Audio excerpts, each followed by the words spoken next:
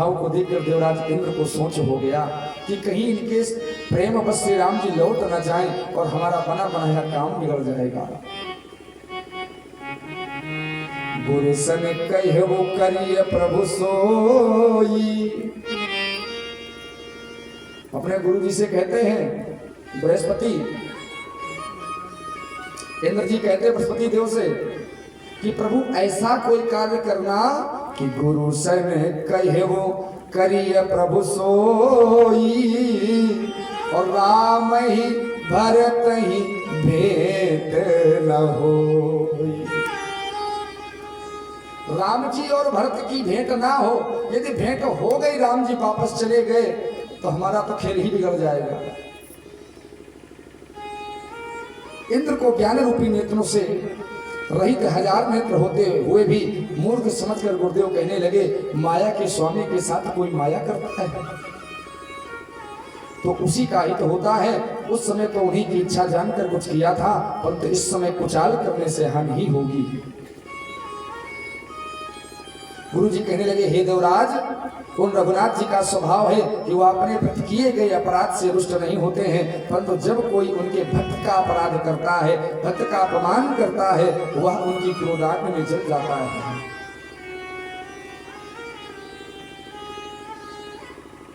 हे देवराज, रघुकुल श्रेष्ठ श्री रामचंद्र जी के भक्त का काम बिगाड़ने की बात मन में भी ना लाओ। ऐसा करने से लोक में अपयश और परलोक में दुख होगा और शोक का सामान दिनों दिन बढ़ता ही चला जाएगा। हे देवराज, हमारा उपदेश सुनो। श्री राम जी को अपना सेवक परम प्रिय हैं। वे अपने सेवक की सेवा से सुख मानते हैं और सेवक के साथ बैर करने से बड़ा भारी बैर मानते हैं। श्री राम यद्यपि सम है, उनमें न राग है न रोष है और वो किसी का पाप पुण्य गुण दोष ग्रहण नहीं करते हैं।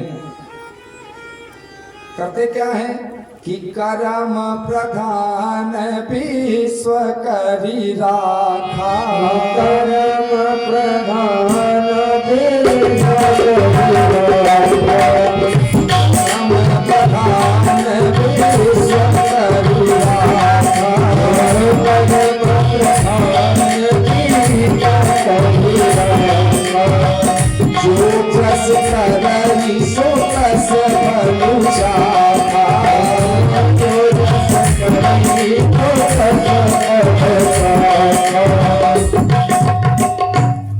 उन्होंने तो संसार में कर्म को ही प्रधान बताया है कि जैसा कर्म करोगे वैसा ही फल आपको मिलेगा।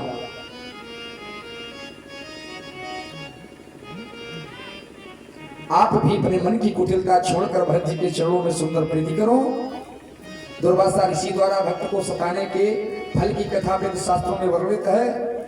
सारा संसार श्री राम को जपता है और श्री राम जी भरत का चिंतन करते रहते हैं। उन भरत जी के समान श्री राम जी का कौन प्रेमी होता है।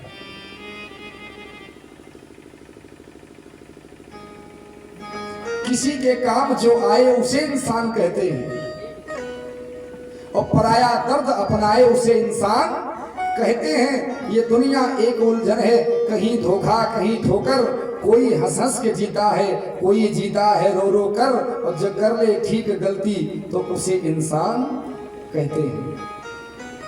किसी के काम जो आए उसे इंसान कहते हैं। तो आज देवराज इंद्र को बात समझ में आ गई, इसलिए कहते हैं कि गुरु जी कभी गलत जो है प्रेरणा नहीं देते हैं कि सतगुरु तुम्हारे प्यार में। इंद्र कहते हैं हे गुरुदेव भगवान, अरे जीना सिखा दिया सतगुरु तुम्हारे प्यार में, जीना सिखा दिया सतगुरु तुम्हारे प्यार में, जीना सिखा दिया सतगुरु तुम्हारे प्यार में, जीना सिखा दिया हमको तुम्हारे प्यार में।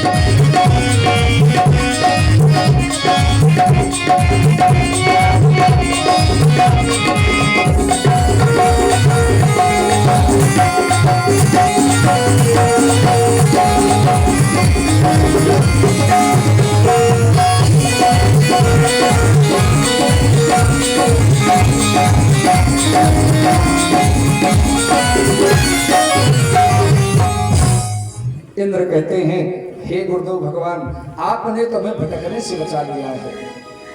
आज देवराज इंद्र भरत जी पर पुष्प वर्षा करने लगे।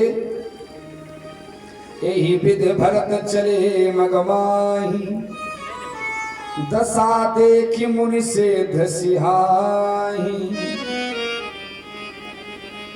भरत जी जब राम कहकर सांस लेते हैं तो आनंदित हो जाते हैं। भरत जी को मार्ग में जाते देख ऋषि मुनि सिद्धगण प्रसन्न होते हैं। चित्रकूट के रास्ते में चल रहे हैं, सभी के मन में हर्ष हो रहा है। हमें श्री राम जी, श्री सीता जी और श्री लक्ष्मण जी का शीघ्र ही दर्शन होने वाला है। उस दिन शाम के समय सारे काफिले ने जमुन तीर ते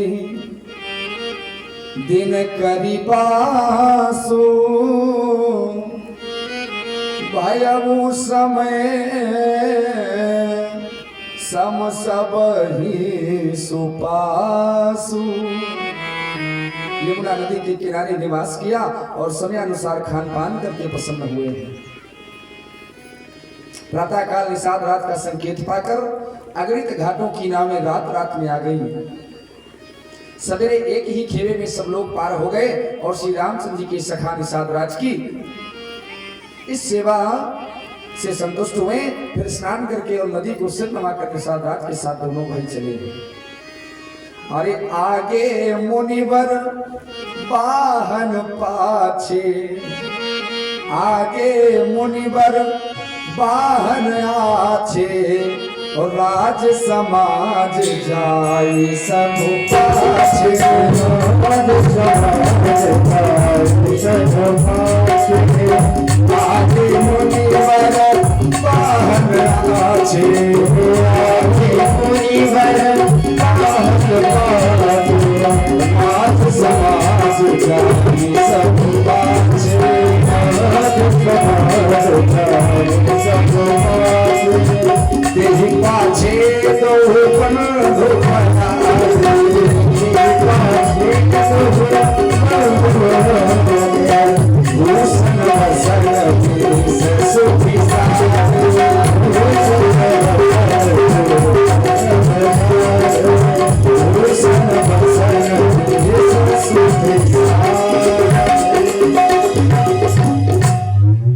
आगे अच्छी अच्छी सवारियों पर श्रेष्ठ मुनि हैं, उनके पीछे सारा राज समाज जा रहा है।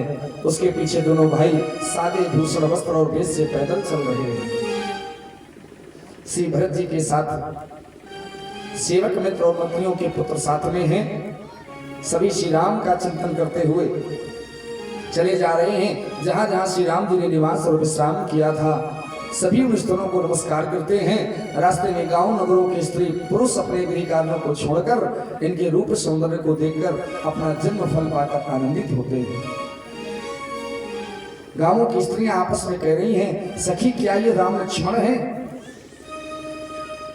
इनका अवस्था रूप रंग शील स्नेह चाल उन्हीं के समान है,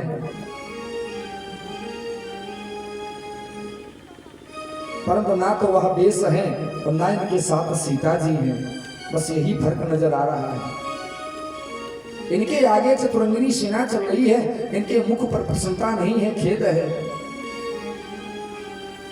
एक दूसरी स्त्री कहने लगी कि श्री राम का राज तिलक होना था, फिर वनवास हुआ, हमें उनका दर्शन हुआ, लेकिन सबसे मुख्य वार्ता तो यह है कि ये दोनों भाई पिता द्वारा दिए राज्य को त्याग कर फल फूल खाते हुए रास्ते में कष्ट झेलते हुए श्री राम को मनाने जा रहे हैं। भरत जी को देखकर सभी कहते हैं कि यह कैकेयी माता के गर्भ से पैदा होने लायक नहीं था। एक माँ है जिसने वनवास दिया है राम जी को, एक उसी कोख से जन्मा हुआ पुत्र भरत है जो कि आज वापस लेने जा रहा है राम जी के पास। तभी महाराज कहा गया, एक कोख से है जन्मे किस्मत जुदा जुदा है। माँ तो एक ही है, लेकिन सबके बालक कुछ न कुछ अलग होंगे।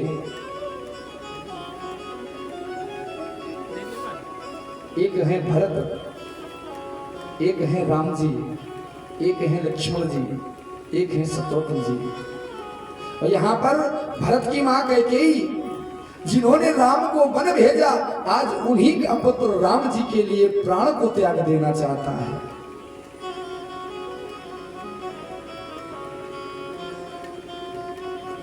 भरत दरसु देखत खुलेऊ, मग लोगन कर भागु, जनु सिंघल बासिन भयो, विधि बस सुलभ प्रयागु।